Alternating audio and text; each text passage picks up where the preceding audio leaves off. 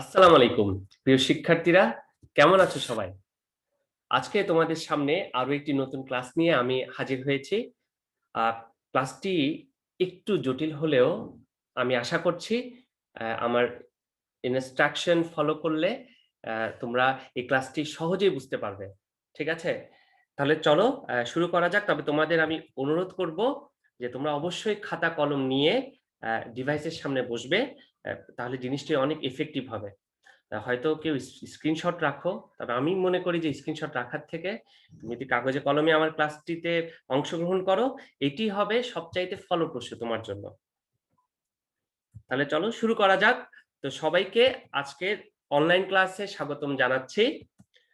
আমি মোহাম্মদ এনামুল কবির, সহকারী শিক্ষক, রাঙ্গামাটি সরকারি বালিকা উচ্চ বিদ্যালয়। আর আজকে আমি বাংলাদেশ ও বিশ্ব পরিচয়ের একটি পাঠ নিয়ে আলোচনা করব। আমি আশা করছি এটি নবম দশম শ্রেণী এমনকি এসএসসি যারা পরীক্ষার্থী তাদেরও উপকারে আসবে। তো আহ, শিক্ষার্থীরা, তোমরা ছবিতে কি দেখতে পাচ্ছ? খুবই সুন্দর একটি ফ্ল্যাট, তাই না? যেখানে রয়েছে সুন্দর থাকার একটি রুম, খাওয়ার রুম, ডাইনিং রুম যাকে আমরা বলি, ড্রয়িং রুম, তাই না? রান্নাঘর, ওয়াশরুম। দেখো যে একটি ঘরে সব রুমের অবস্থান, পরিবেশ ও বৈশিষ্ট্য কি এক? না, কখনোই এক নয়। তার অবস্থানের কারণে তার পরিবেশ ও বৈশিষ্ট্য ভিন্ন হয়ে যায়। যেমন তুমি ইচ্ছা করলে তুমি কিচেনে থাকতে পারবে না, কারণ সেখানে অনেক গরম, সবসময় রান্না বান্না হচ্ছে। ঠিক আছে? যেমন লিভিং রুমটা হয় একটু আলো বাতাস যুক্ত, তাই না? আমরা এটা পছন্দ করি। এখানে অবস্থান একটা বিশাল ফ্যাক্টর। ঠিক তেমনি ভাবে দেখো, পৃথিবীতে অনেকগুলো দেশ রয়েছে যারা রয়েছে ভিন্ন ভিন্ন অবস্থানে, ঠিক কিনা? তো এই ভিন্ন ভিন্ন অবস্থানের কারণে বা ভিন্ন ভিন্ন ভৌগোলিক অবস্থানের কারণে তাদের পরিবেশ ও বৈশিষ্ট্যগুলোর মধ্যেও কি দেখা যায়, ভিন্নতা পরিলক্ষিত হয়। তাহলে বাংলাদেশেরও কি রয়েছে? নির্দিষ্ট কি অবস্থান রয়েছে? ভৌগোলিক অবস্থান। তাহলে আজকে আমাদের আলোচনার বিষয় কি হতে পারে? হ্যাঁ শিক্ষার্থীরা, আজকে আমাদের আলোচনার বিষয় হলো বাংলাদেশের ভৌগোলিক অবস্থান ও সীমানা, পর্ব ১। যদিও টপিকটি ছোট কিন্তু এর গভীরতা অনেক বেশি। এজন্য আমি আমার লেকচারকে দুটি অংশে সাজিয়েছি। পরবর্তী পর্ব নিয়ে ইনশাআল্লাহ পরবর্তী সপ্তাহে হাজির হওয়ার চেষ্টা করব। তো এটি অধ্যায় ৪-এ ৪.১ নং পরিচ্ছেদে আলোচনা করা হয়েছে। প্রথমেই ক্লাস শুরু করার আগে আমি কিছু বেসিক জিনিস নিয়ে তোমাদের সাথে আলোচনা করতে চাই। শুধুমাত্র সামান্য সময় এই কয়েকটি জিনিস যদি মাথায় রাখো, পরবর্তী ক্লাস বুঝতে তোমাদের সুবিধা হবে। চলো শুরু করা যাক। এটি একটি পৃথিবী, তাই না? তো পৃথিবীর উত্তর কোন দিকে? ঠিক পৃথিবীর মাথায়, উত্তর। তাহলে দক্ষিণ কোন দিকে? পৃথিবীর পাদ দিকে, দক্ষিণ। ঠিক আছে? সমস্যা হয় পূর্ব এবং পশ্চিমে, ঠিক কিনা? তাহলে পূর্ব কোথায়? পূর্ব হলো ডান দিকে এবং পশ্চিম হলো বাঁ দিকে। মনে রাখার জন্য তোমরা এভাবে করতে পারো যে যারা মুসলমান তারা পশ্চিম দিক ফিরে নামাজ পড়ে, এটি হাতের বাঁ পাশে। ঠিক আছে? তো যে অবশ্য তোমরা যে যেভাবে মনে রাখতে পারো এটা তোমাদের ব্যাপার। তো পৃথিবীর উপর দিয়ে কতগুলো কাল্পনিক রেখা গিয়েছে, এটি শুধুই কল্পনা। এরকম ২-১ টি কাল্পনিক রেখার নাম তোমরা বলতে পারবে? যেমন ধরো এই যে অক্ষরেখা, দ্রাঘিমা রেখা, তাই না? তাহলে অক্ষরেখা কোনগুলো? বৃত্তাকার, রাউন্ড, পূর্ব থেকে পশ্চিমে এরকম ঘুরে ঘুরে গিয়েছে। তোমরা এই চিত্রে দেখতে পাচ্ছ, এই যে ঘুরে ঘুরে গিয়েছে। আর দ্রাঘিমা রেখা কোনগুলো? যেগুলো উত্তর থেকে দক্ষিণে এসেছে লম্বালম্বি ভাবে। মনে রাখার জন্য বলছি, লম্বালম্বি ভাবে মনে করো, উত্তর থেকে দক্ষিণ। এগুলো হলো দ্রাঘিমা রেখা। তো এতটুকু ইনফরমেশন যদি মাথায় রাখো, আশা করি পরবর্তী লেকচার বুঝতে তোমাদের সুবিধা হবে। এরপর তোমরা এশিয়া মহাদেশের মানচিত্র দেখতে পাচ্ছ, যেখানে বাংলাদেশকে আমি চিহ্নিত করে দিয়েছি, দেখা যাচ্ছে? হ্যাঁ। তাহলে বলো তো, এশিয়া মহাদেশের কোন দিকে বাংলাদেশের অবস্থান? হ্যাঁ, এশিয়া মহাদেশের দক্ষিণে বাংলাদেশের অবস্থান। আচ্ছা, তাহলে এই এখন এই অক্ষরেখা এবং দ্রাঘিমা রেখার মধ্যে বাংলাদেশের অবস্থান কিরকম, ভৌগোলিক অবস্থান কিরকম, এটা একটু জানি। এটি খুবই জরুরি। প্রথমে আসে অক্ষরেখা, মনে আছে? যেটি বৃত্তাকার ভাবে গিয়েছে, আড়াআড়ি ভাবে। অক্ষরেখা অনুসারে বাংলাদেশের অবস্থান হলো 20°34' থেকে 26°38' এর মধ্যে। এখন দেখো, 20 থেকে 34 উপর দিকে গিয়েছে, 26 থেকে 38 উপরে রয়েছে, 20 থেকে 26 উপরে, অর্থাৎ দক্ষিণ থেকে উত্তরে। তাহলে যখন আমরা বলবো বা লিখবো, তখন আমরা বলবো বা লিখবো উত্তর অক্ষরেখা। 20 ডিগ্রি 34 মিনিট উত্তর অক্ষরেখা থেকে 26 ডিগ্রি 38 মিনিট উত্তর অক্ষরেখার মধ্যে বাংলাদেশের অবস্থান। আর দ্রাঘিমা রেখার ক্ষেত্রে কি বলবো, যেটি লম্বালম্বি ভাবে গিয়েছে 88 ডিগ্রি 1 মিনিট থেকে 92 ডিগ্রি 41 মিনিটের মধ্যে 92 ডিগ্রি 41 মিনিট। এখন পূর্ব না পশ্চিম? দেখো 88 থেকে 92 অর্থাৎ গিয়েছে কোন দিকে? পশ্চিম থেকে পূর্বে। এজন্য আমরা বলবো পূর্ব দ্রাঘিমা রেখা। 88 ডিগ্রি 1 মিনিট পূর্ব দ্রাঘিমা রেখা থেকে 92 ডিগ্রি 41 মিনিট পূর্ব দ্রাঘিমা রেখা পর্যন্ত বাংলাদেশের অবস্থান। ঠিক আছে? আচ্ছা, মনে থাকবে তো? এখন বাংলাদেশের উপর দিয়ে খুব গুরুত্বপূর্ণ একটি কাল্পনিক রেখা গিয়েছে। এটির নাম তোমরা জানো? এই যে চিত্রে দেখতে পাচ্ছ একটি কালো যে রেখাটি, এটি হলো সেই রেখা। আর এটির নাম হলো কর্কট ক্রান্তি রেখা। আর অবস্থান হলো 23 ডিগ্রি 5 মিনিট। ঠিক আছে? আচ্ছা, এতটুকু ইনফরমেশন আশা করি তোমরা বুঝতে পেরেছো। যদি না বুঝতে পারো ভিডিওটি পজ করে একটু নিজে নিজে রিপিট করার বা জোরে জোরে পড়ার চেষ্টা করো। বাংলাদেশে আড়াআড়ি ভাবে বিস্তৃতি কতটুকু? আয়তন কম বেশি জানি, কিন্তু আড়াআড়ি ভাবে বিস্তৃতি কতটুকু? দেখো, পূর্ব থেকে পশ্চিমে এর বিস্তৃতি হলো 440 কিলোমিটার। কত? 440 কিলোমিটার। আর উত্তর উত্তর পশ্চিম থেকে দক্ষিণ দক্ষিণ পূর্ব পর্যন্ত এর বিস্তৃতি হলো কত? 760 কিলোমিটার। 760 কিলোমিটার। ঠিক আছে? ছোট ছোট অনেক ইনফরমেশন যেগুলো এমসিকিউর জন্য আমি মনে করি খুবই গুরুত্বপূর্ণ। এবার আসো যে বাংলাদেশকে ঘিরে রয়েছে কোন দেশ? ভারত, এক কথায় তোমরা বলতে পারবে, কিন্তু ভারতের কোন কোন রাজ্য? এটি একটি ডিফিকাল্ট কোশ্চেন। ঠিক আছে, চলো আমরা দেখে আসি ভারতের কোন কোন রাজ্য আমাদের আশেপাশে রয়েছে।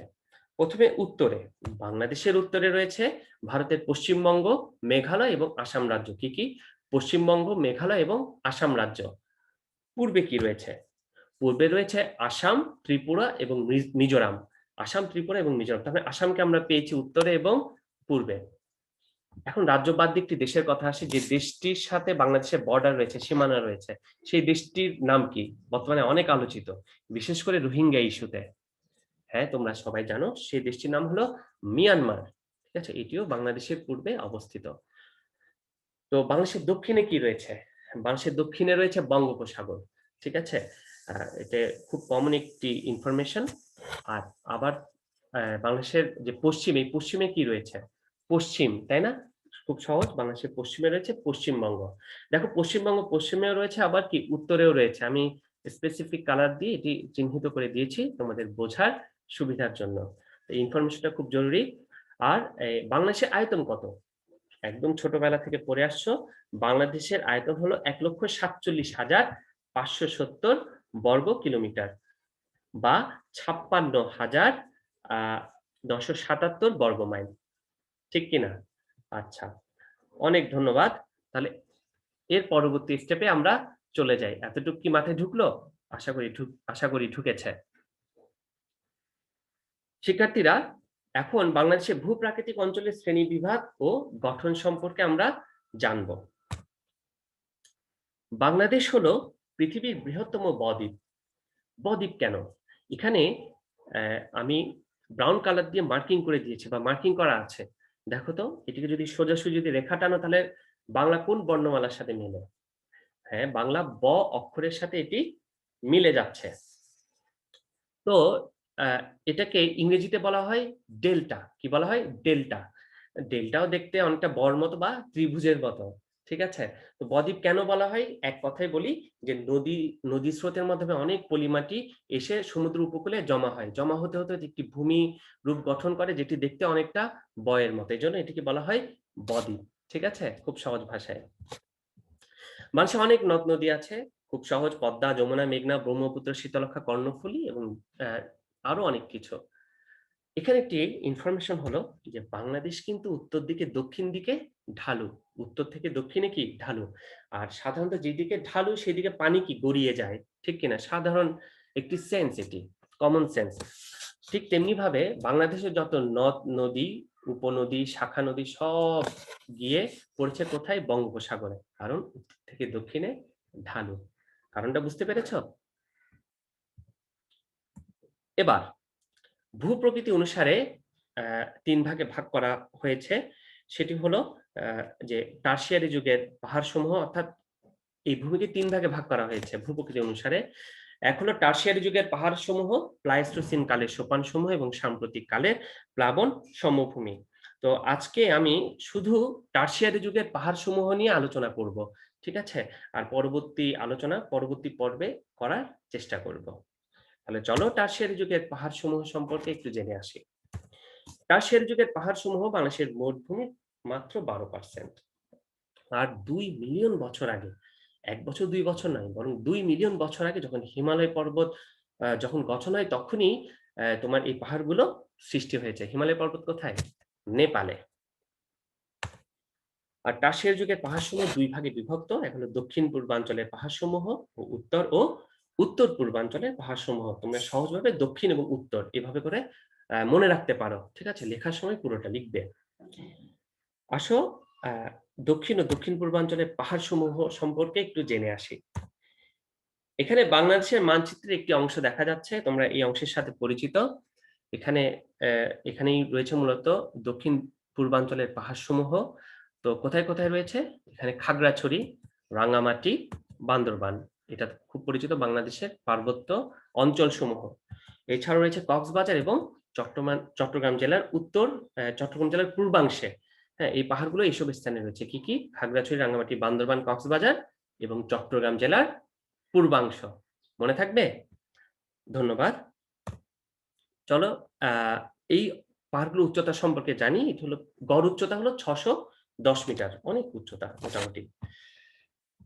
তো শিক্ষার্থীরা, অনেক পড়ালেখা হলো, এখন একটু পাহাড়ে বেরিয়ে আসা যাক। ঠিক আছে না? তোমরা ছবিতে যে পাহাড় দেখতে পাচ্ছ, এটি কোন পাহাড়?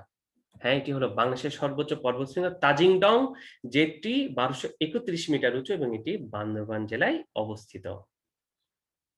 এরপরে যে পাহাড়, এটিও ১ম স্থান দখল করেছিল অনেকদিন। আর এর নাম হলো কেওক্যারাডং। এটি ২য় সর্বোচ্চ ১২৩০ মিটার এবং এটিও বান্দরবানে অবস্থিত। এছাড়াও বান্দরবানে আরো আ বড়, বড় পাহাড় রয়েছে। কি, কি? যেমন মোদক মোয়াল, যেটি ১০০০ মিটার উঁচু। আছে পিরামিড পাহাড় ৯১৫ মিটার উঁচু। ঠিক আছে? তো এই পাহাড়গুলো কিছু পাথর দিয়ে তৈরি। এখানে কি, কি পাথর রয়েছে সেটি আমরা দেখি। আমি একটি স্যাম্পল এনেছি ছবি তোমাদের বোঝানোর জন্য। ১ম যে ছবি দেখতে পাচ্ছ, এটি হলো বেলে পাথর। ২য় ছবিতে হলো কর্দম পাথর। ৩য় ছবিতে হলো শেল পাথর। তাহলে বেলে পাথর, কর্দম পাথর এবং শেল পাথর দিয়ে এই পাহাড়সমূহ গঠিত। এবার দক্ষিণ শেষ, এবার চলে যাই উত্তরে। এবার উত্তর পূর্বাঞ্চলের পাহাড়সমূহ সম্পর্কে জানবো। তোমরা লাল চিহ্নিত যে অঞ্চলগুলো দেখছো, এখানেই রয়েছে উত্তর ও উত্তর পূর্বাঞ্চলের পাহাড়সমূহ। চলো দেখে আসি কোন, কোন জেলায় এই পাহাড়সমূহগুলো রয়েছে। প্রথমে ময়মনসিংহ ও নেত্রকোনা জেলার উত্তরাংশে পাহাড়সমূহ রয়েছে। আমি অ্যারো দিয়ে চিহ্নিত করে দিয়েছি। এরপর রয়েছে সিলেট জেলার উত্তর ও উত্তর পূর্বাংশে এই পাহাড়সমূহ। এছাড়াও রয়েছে মৌলভীবাজার ও হবিগঞ্জ জেলার দক্ষিণের পাহাড়সমূহ এই উত্তর ও উত্তর পূর্বাঞ্চলের পাহাড়সমূহের অন্তর্ভুক্ত। তো এই পাহাড়গুলোর উচ্চতা কিন্তু দক্ষিণের মতো এত উঁচু নয়, বরং এই পাহাড়গুলোর উচ্চতা হলো ২৪৪ মিটারের কিছু বেশি। তবে উত্তরের পাহাড়গুলো কিন্তু এতটা উঁচু নয়, এটি আরো ছোট। এজন্য এগুলোকে তারা পাহাড় বলে না, বলে টিলা, এবং এগুলো ৩০ থেকে ৯০ মিটার পর্যন্ত উঁচু হয়ে থাকে। তো শিক্ষার্থীরা, এতটুক ইনফরমেশন গুলো এই যে এতগুলো যে ইনফরমেশন, এগুলো কি ধরে রাখতে পারবে? আচ্ছা, ইনশাআল্লাহ পারবে। তো এই এই পাহাড়গুলো সম্পর্কে একটু পরিচিত হয়ে নিই। উত্তরের পাহাড়গুলো যেমন এখানে আছে চিকনাগুল পাহাড়, আছে খাসিয়া পাহাড়, আছে, চেনো এই পাহাড়? হ্যাঁ, এটি হলো জয়ন্তিয়া পাহাড়। তাহলে চিকনাগুল, খাসিয়া, জয়ন্তিয়া আমরা আমরা দক্ষিণের পাহাড়গুলো আ আমরা দেখেছি বা চিনেছি। তো শিক্ষার্থীরা, তোমরা তোমাদের সামনে যে খাতা এবং কলম আছে, ঝটপট দেখে উত্তরগুলো লিখে ফেলো। এ পর্যায়ে তুমি ভিডিওকে পজ করো। পজ করে উত্তরগুলো লেখো। লেখার পর আমার লেকচার এবং কিংবা বইয়ের সাথে মিলিয়ে নাও তোমার লেখাটি সঠিক নাকি ভুল। তাহলে চলো আমি একটু উত্তর সম্পর্কে আলোচনা করি। যে বাংলাদেশের ভৌগোলিক অবস্থান খুব সহজ। ২০, ৩৪, ২৬, ৩৮ উত্তর অক্ষাংশ, আর অপরদিকে ৮৮, ১, ৯২, ৪১ তোমার দ্রাঘিমা, পূর্ব দ্রাঘিমা। ঠিক আছে? আর বাংলাদেশের উত্তরে ভারতের কোন রাজ্য আছে? উত্তরে কি, কি আছে? ওই যে পশ্চিমবঙ্গ, মেঘালয়, আসাম। কতটুকু এলাকা নিয়ে টারশিয়ারি যুগের পাহাড় গঠিত? খুব সোজা 12%। দক্ষিণ পূর্বাঞ্চলের পাহাড়সমূহের উচ্চতা কত? ৫১০? না, ৬১০ মিটার। উত্তর, উত্তর পূর্বাঞ্চলের পাহাড়সমূহের উচ্চতা কেমন? খুব সহজ। কি বলো তো? ২৪৪ মিটার। অনেক ধন্যবাদ। আশা করি তোমরা উত্তরগুলো লিখতে পেরেছো বা বলতে পেরেছো। আ যারা পেরেছো তাদের অসংখ্য ধন্যবাদ। আর যারা পারোনি তারা আ বিষয়টি আরেকটু আত্মস্থ করার চেষ্টা করো। তো তোমাদের জন্য একটি বাড়ির কাজ, সেটি হলো টারশিয়ারি যুগের পাহাড়সমূহের বৈশিষ্ট্যগুলো তোমরা চিহ্নিত করবে। তো শিক্ষার্থীরা, করোনা ভাইরাস এখনো যায়নি, এখনো সাবধানে থাকবে। আমিও চেষ্টা করি সাবধানে থাকার জন্য। তুমিও অবশ্যই সাবধানে থাকবে।